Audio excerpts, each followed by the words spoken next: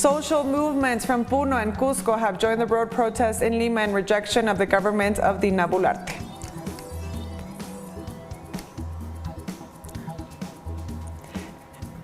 Moving on, hundreds of people take to the streets of Paris in a Torchlight march to demonstrate against Macron's pension reform. And the Palestinian government decides to end immediately the security coordination with Tel Aviv following Israeli massacre in Jenin.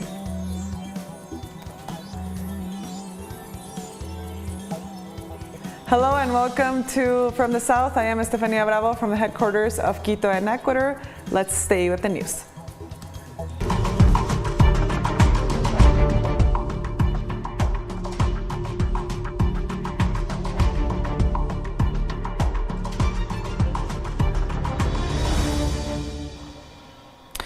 Various social movements from Puno and Cusco have joined the road protests in Lima in rejection of the government of the Boluarte. The massive peaceful march rallies in the streets of Puente Piedra demanded the resignation of Boluarte, the closure of Congress, a constituent assembly, and the release of Pedro Castillo.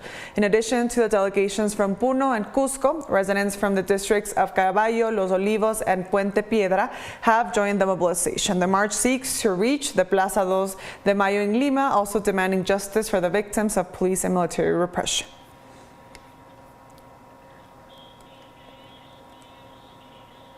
The National Coordinator of Human Rights in Peru presented on Thursday a report of the outrages committed by the state security forces against the people during the demonstrations against the government of President-designate Dina Boluarte. In addition to the deaths and injuries resulting from police repression, the 9-point document announces the use of prohibited ammunition such as metal pellets and bullets against demonstrators. It also warns of torture practices, including beatings of detained citizens and their exposure to the cold without shelter. The text also documents one case of sexual violence and another of fabrication and evidence to prosecute a civilian for alleged drug trafficking. The report holds the army responsible for the massacre that took place in Ayacucho on December 15, 2022, and denounces that the state of emergency and militarization favors the violation of human rights.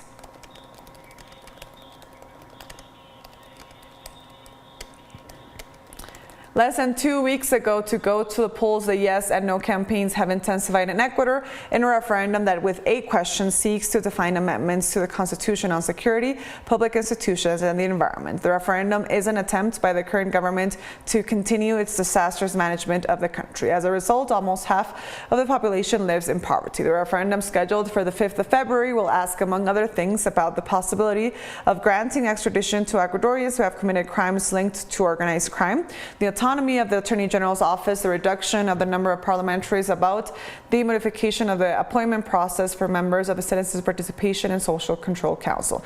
On the other hand, the government stressed that the results of the referendum will contribute to improving the fight against drug crime, the strengthening of institutions, and care for the environment. In the middle of the campaign, President Lasso said that the consultation was an opportunity to face problems that Ecuador has not been able to solve in the past.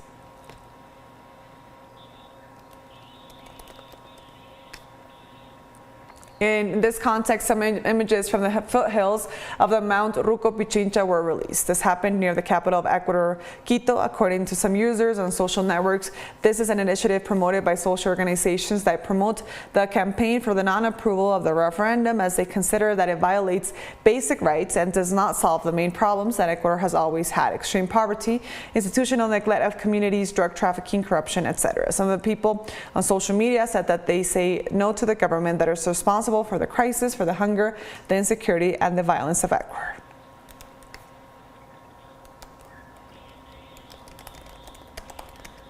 In Panama, the Ministry of Health registered new cases of Mpox. According to the health authorities, the cases correspond to those reported during the week of January 18th and were mostly identified in the regions of Los Santos, Veraguas, and Chiquiri. Officials detailed that the total number of infected since July of last year increased to 110 cases. In this context, health representatives issued an epidemiological alert since May 2022 while urging the population to maintain corresponding biosecurity measures.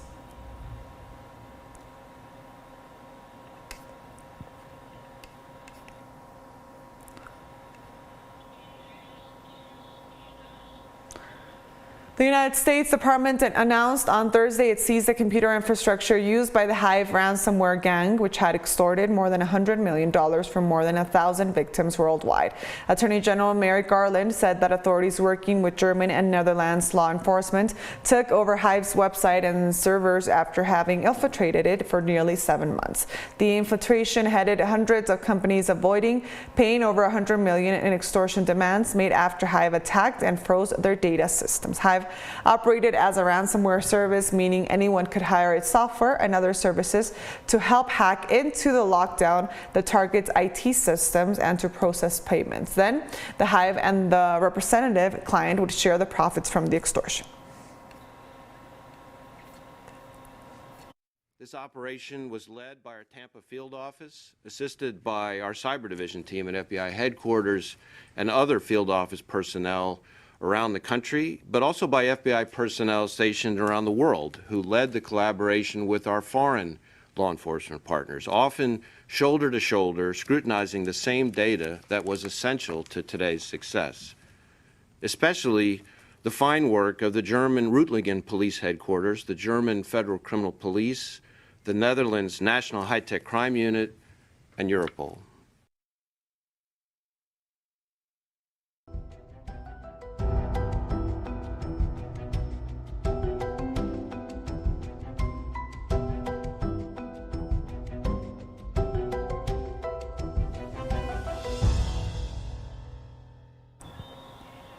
The latest winter storm that lashed Canada on Wednesday brought heavy snow and freezing rain, causing the cancellation of hundreds of flights, slippery roads, and traffic accidents. Pearson International Airport in Toronto, capital of Ontario, reported on its website that more than 26% of its departures and about 27% of arrivals were cancelled by airlines. Ontario Provincial Police said snow plows and sail trucks were working hard, but nonetheless, the difficult conditions have led to accidents. Toronto authorities reported dozens of minor road mishaps and urged drivers to slow down, use extreme caution, and allow extra time to reach their destinations. Ontario Premier Doug Ford urged the population via Twitter to avoid driving unless absolutely necessary.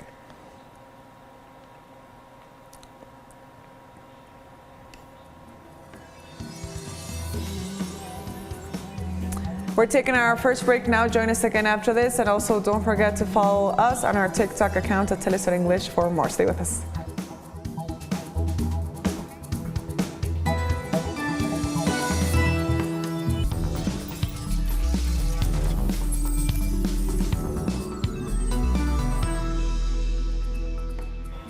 Hundreds of people took to the streets of Paris in a Torchlight march to demonstrate against Macron's pension reform.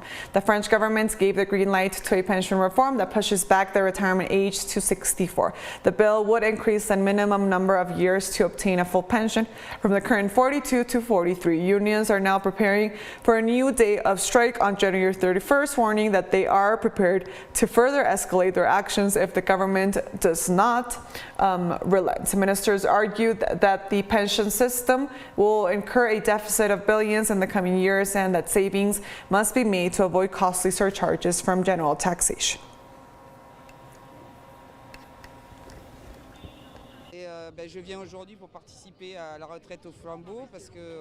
I've come today to take part in the virtual procession because we are entering into a struggle which is likely to be long against the pension reform.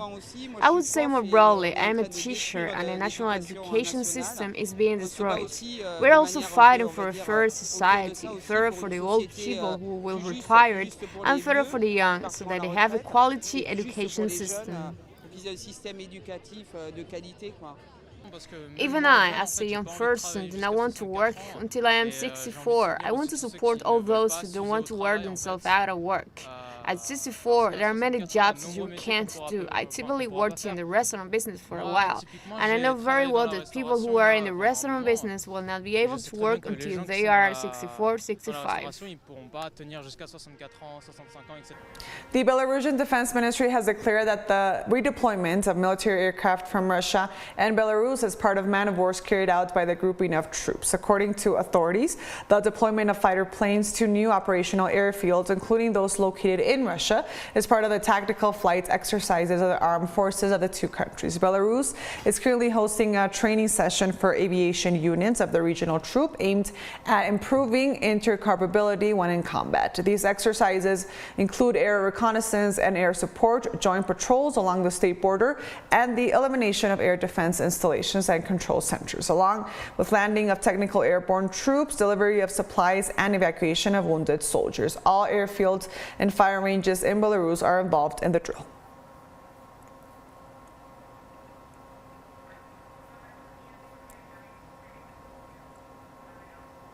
And Russia's Patriarch Kirill, condemned on Thursday during a plenary session at the lower house of the Russian parliament, keeps pressure on the Ukrainian Orthodox Church to incite hostility between the two countries.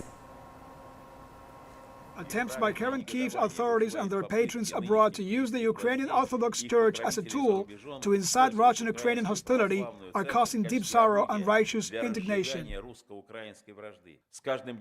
Everyday calls to fully ban canonical Orthodox Church get stronger and stronger. It can be viewed as part of the global external order to destroy canonical orthodoxy in Ukraine. I am convinced that reconciliation in the future is impossible without the Ukrainian Orthodox Church, which will be independent of political factors. That's why it incites so much hatred from current architects of world conflicts who are not interested to see our nations live in prosperity and peace.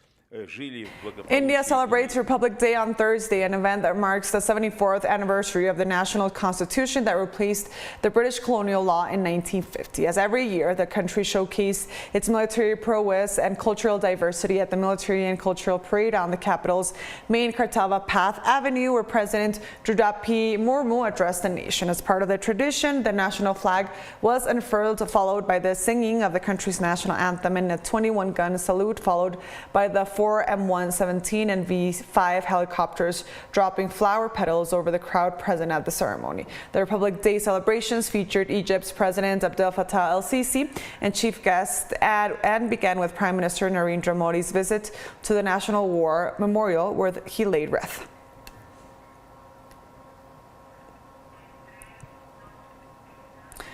And on Thursday, Egypt unveiled dozens of new archaeological discoveries, including 2 ancient tombs at a periodic necropolis just outside the capital, Cairo.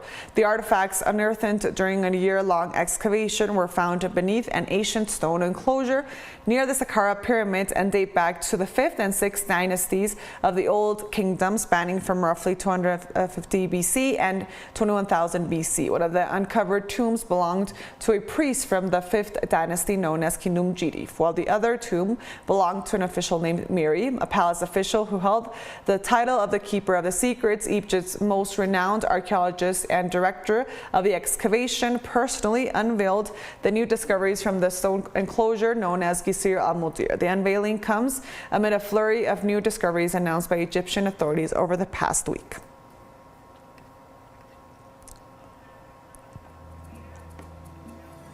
We're taking our last break now. Join us again after this. And also don't forget to follow me on my Twitter account at teleSUR for more. Stay with us.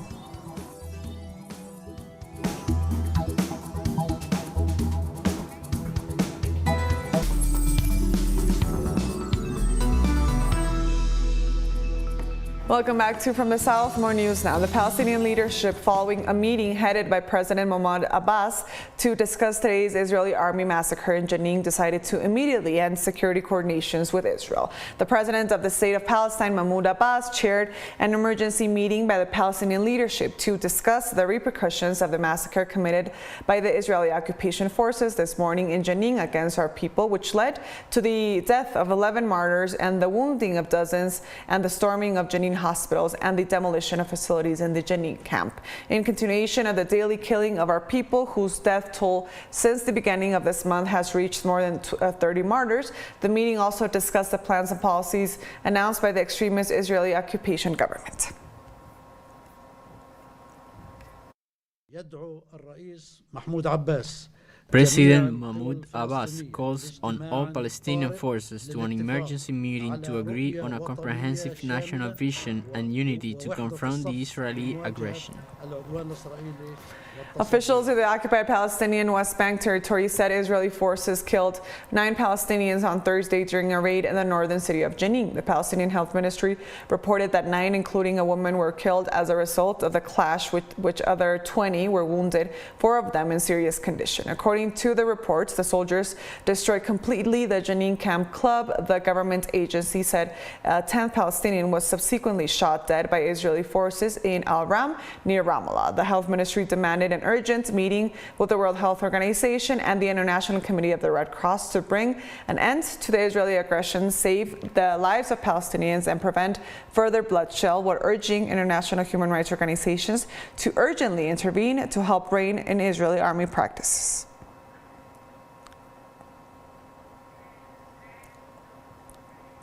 And Syria's government announced before the United Nations Security Council that the United States has plundered $100 billion in natural resources such as oil, gas, and wheat. During a session of the United Nations Security Council on the situation in the Middle East, the Syrian ambassador to the organization stressed that the misguided U.S. policies in the world have led destabilization, security, and destroying the development progress made over decades. He also pointed out that the illegal foreign military presence has contributed to threatening the integrity and unity of the Syrian authorities, in addition to stealing the country's natural resources worth more than $100 billion. Sabah criticized that the U.S. administration has targeted the health sector by imposing new restrictions that will endanger the lives of millions of Syrian citizens.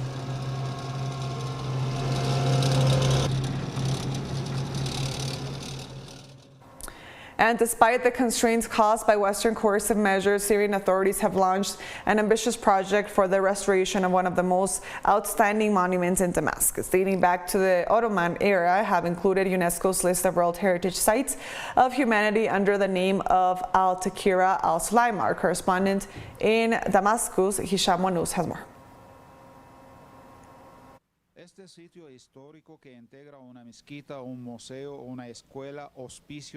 This historic site, which comprises a mosque, museum, a school, hospices, and a market with workshops for handicrafts, has recently been evacuated for restoration. The institutions responsible for preserving the country's tangible and intangible heritage, led by the National Secretariat for Development, have intervened to prevent the site's infrastructure from further deteriorating and collapsing, thus depriving Syrians of one of their most outstanding historical monuments.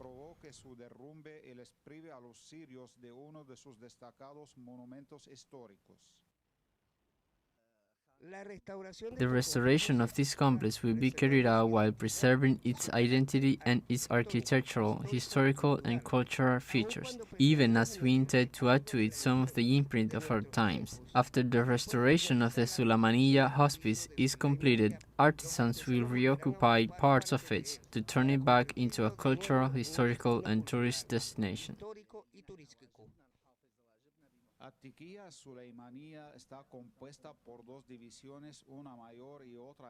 Al-Takiyya al-Sulaimaniyya is made up of 2 divisions, one major and one minor. Both have suffered structural damage over time due to the sinking of the foundations, which caused large cracks in their walls and ceilings. The restoration project covers all the buildings of the site, and it is being carried out with its own resources by national archaeological experts who use scientific methods that meet world restoration standards to preserve the historical identity of the site.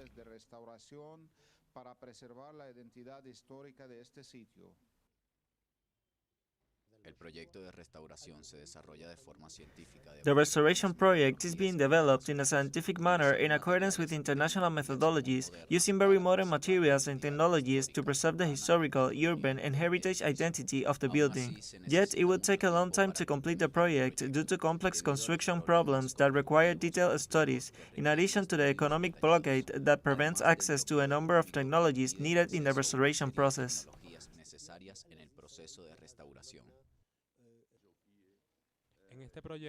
On this project, we are trying to find ways to solve all the problems that arise in all buildings in terms of services, without altering their identity and their architectural, historical, and cultural character. The most serious problem we face is of a geological nature, accumulated over time, which caused an acceleration in the expansion of cracks in the walls and ceilings of the building.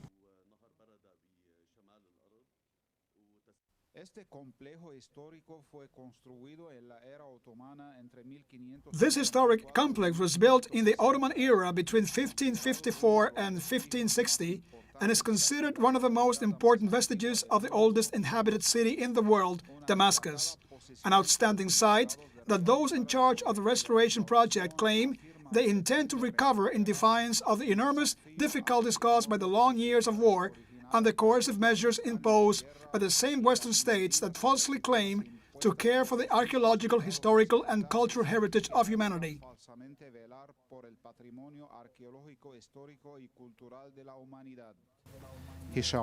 teleSUR, Damascus, Syria. And with that story, we've come to the end of this news brief, but remember you can find these and many other stories on our website at telesurenglish.net.